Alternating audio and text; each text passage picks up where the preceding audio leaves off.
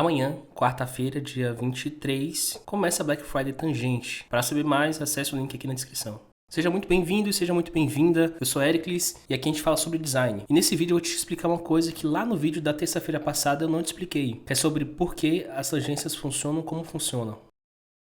E para isso a gente vai usar esse símbolo que está aparecendo na sua tela como exemplo. E obviamente antes da gente abrir o Illustrator e começar o processo de construção, vamos olhar aqui a estrutura do símbolo. Então aqui claramente, eu sei que você já está muito bem treinado, você sabe que esse símbolo aqui ele é feito com base em círculos. Normalmente todo símbolo que ele tende a ter uma estrutura geométrica, ele vai ser baseado em formas geométricas. No primeiro símbolo que eu te expliquei aqui, na terça-feira passada, ele era baseado em um triângulo, o outro é baseado em um círculo. E esse aqui não diferente também é baseado em um círculo, tá? A gente tem aqui para fazer essa curva. Obviamente meu desenho com a mão não vai ficar perfeito. Então a gente tem aqui outro círculo concêntrico, como eu já expliquei. Concêntrico é o que tem o centro no mesmo lugar, os centros deles coincidem. A mesma coisa acontece para cá, a mesma coisa acontece para cá. Só que existe uma coisa bem interessante aqui, que esses círculos eles vão se conectar através de uma linha, tá? E essa linha aqui, ela vai tangenciar tanto um círculo como o outro círculo também. E acontece para os três casos, tanto de um lado como do outro. E para você entender o conceito disso, vamos aqui para o Illustrator que eu vou te mostrar como é que as tangências acontecem. Bom, eu vou começar a desenhar um círculo com tamanho qualquer. 560 está muito grande, vamos colocar tamanho 400 para ele. E do outro lado, mantendo o mesmo eixo aqui, um círculo também com 400 pixels. E como eu falei para você, a estrutura de um círculo, uma elipse, o processo de construção vetorial dela pressupõe a existência de, no mínimo, 4 pontos âncoras. Se você chega aqui para desenhar com a Pen Tool, cada clique seu, ele vai demarcar um ponto âncora. Se eu chegar aqui nesse ponto âncora que eu vou clicar agora, clicar e arrastar, eu faço uma curvatura. E para que exista essa curvatura, precisa de ter no mínimo esses dois pontos âncoras aqui. No processo de construção vetorial da elipse, a gente tem 4 pontos âncoras. Como é que eu sei disso? Tecla de atalho A, para a gente conseguir ver a Direct To, e tem aqui ó, um ponto âncora, outro ponto âncora. Se a sua Smart Guides estiver ativa, aqui em View Smart Guides, você vai aproximar o cursor e vai ter esse nome aqui, ó, Anchor. Anchor aqui também, Anchor aqui também. 4 pontos âncoras. E esses pontos âncoras também demarcam para a gente os pontos de tangência entre o círculo desenhado e linhas, tanto verticais como horizontais. Ou seja, se eu quiser fazer uma linha totalmente vertical, tangenciar esse círculo, ela precisa obrigatoriamente passar por esse ponto âncora aqui. Tá vendo? Uma vertical aqui, que ela vai passar por esse ponto âncora. Se eu quero fazer horizontal, a mesma coisa, só que aqui no ponto âncora de cima e no ponto âncora de baixo. A partir do momento que a gente começa a lidar com graus diferentes de 0 e 90, a coisa fica um pouco mais complexa e a gente precisa de técnicas para fazer com que essa tangência seja possível. Mas uma coisa eu quero que você entenda, tá? Vamos escolher só um desses lados aqui e pensar o seguinte. Ok, essa linha está tangenciando o círculo, mas e se eu rotacionar todo esse conjunto aqui? A linha continua tangenciando o círculo. Lembra que eu falei que os pontos âncoras eles marcam os pontos de tangência tanto verticalmente como horizontalmente? Se a gente chegar aqui e marcar um horizontalmente daqui até o centro da elipse, a gente tem uma coisa que eu já falei aqui no canal, que é chamado de perpendicular, que é a formação do ângulo de 90 graus, nesse caso aqui, entre essas duas linhas. Uma delas tem 0 grau, que é essa aqui, e outra delas vai ter 90 graus, que é totalmente vertical. Se eu fizer esse mesmo fenômeno de rotacionar, perceba que a relação entre elas se mantém. O ângulo vai mudar, só que a relação se mantém. Qual é a relação de perpendicularidade? Tá gostando do vídeo? Então deixa seu like aqui embaixo. Se não é inscrito no canal ainda, pô, se inscreve aqui, é de graça, rápido. Beleza. Rotacionamos. Quando chegamos aqui em cima, agora a gente tem uma linha deitada para um em pé, ou seja, uma linha 0 grau para uma 90. Então, de novo, a relação de perpendicularidade. E esse padrão ele vai acontecendo independente da tangência que a gente precise. Ou seja, em outras palavras, eu tenho esses dois círculos. Se eu quero fazer uma conexão entre eles através de uma reta, vou ter aqui ó, ponto âncora até o outro ponto âncora. Se eu chegar aqui debaixo desse ponto âncora até esse outro ponto âncora, a gente vai ter linhas de 0 graus totalmente horizontais que conectam um círculo ao outro. Se eu chegar aqui e precisar rotacionar, o que eu preciso saber? Eu preciso saber qual o ângulo entre os dois pontos âncoras desses círculos aqui. Mas já que eu rotacionei todos, os pontos âncoras vão mudar de posição, como aqui, tá vendo? Só que às vezes a gente não vai utilizar essa técnica. Só para você entender, vou explicar de outra maneira. Vai ser assim: linha eu vou marcar os centros agora. O centro daqui, center, até o outro center, certo? Se eu rotacionei esses dois aqui, a gente tem essa consequência de os pontos âncoras movimentarem, certo? E a tangência continua acontecendo. Só que normalmente não vai acontecer assim. Sabe o que vai acontecer? Vai ter um círculo em uma posição, outro círculo em outra posição, e você precisa ter a tangência entre eles. Os pontos âncoras, eles não vão estar rotacionados, eles vão estar em zero. Deixa eu só zerar aqui e reposicionar eles. Um vai estar aqui e outro vai estar aqui. Como é que a gente sabe o ângulo que teria entre os pontos âncoras imaginários desses dois círculos? Através do próprio centro. Se eu tenho aqui o centro para cá e o centro para cá, eu tenho o ângulo de 331,112. Como é que eu sei disso? Olhando aqui ó, na Transform. Se não está aberta para você, Windows Transform, tá? Tecla de atalho Shift F8. Então aqui eu sei o ângulo que precisa existir entre eles. Lembra que tem aquela relação de perpendicularidade? Então o que eu preciso fazer para saber onde é que fica esse ponto de tangência? Você pode rotacionar o círculo, que aí o próprio ponto âncora dele vai falar onde é o ponto de tangência, ou pode utilizar uma técnica que é mais visual, que é o seguinte: pegar essa linha que conecta os dois centros, rotacionar 90 graus, Alt para poder duplicar. Ela é uma linha de marcação, tá? Eu já expliquei que a linha de marcação são linhas que a gente precisa apenas para construir um processo e depois a gente pode apagar elas.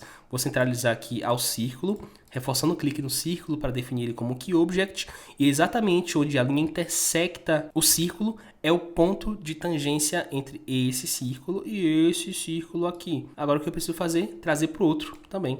Seleciono os dois, KeyObject. KeyObject quer dizer que eu vou manter o círculo fixo em relação à linha, a linha que vai se mover em relação a ele. Vamos selecionar aqui essa linha para pegar as características de aparência dela. Tecla de atalho barra invertido para chamar Line Segment Tool e vem daqui até aqui. Você quer confirmar se essa técnica funciona? Vamos olhar aqui, ó.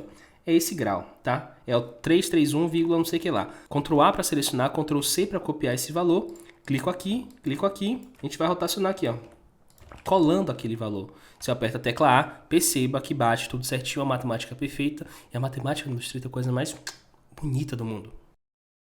Entendemos a ideia da estrutura do símbolo, vamos fazer ele, mas vamos fazer bem rapidinho, tá? Se você tiver dúvidas sobre o processo de construção dos grids, olha o vídeo anterior, que lá eu explico tudo com mais calma, tá? Para esse símbolo a gente vai precisar fazer um grid que vai ter 11 por 8. 11 quer dizer que vai ter 11 colunas por 8 linhas.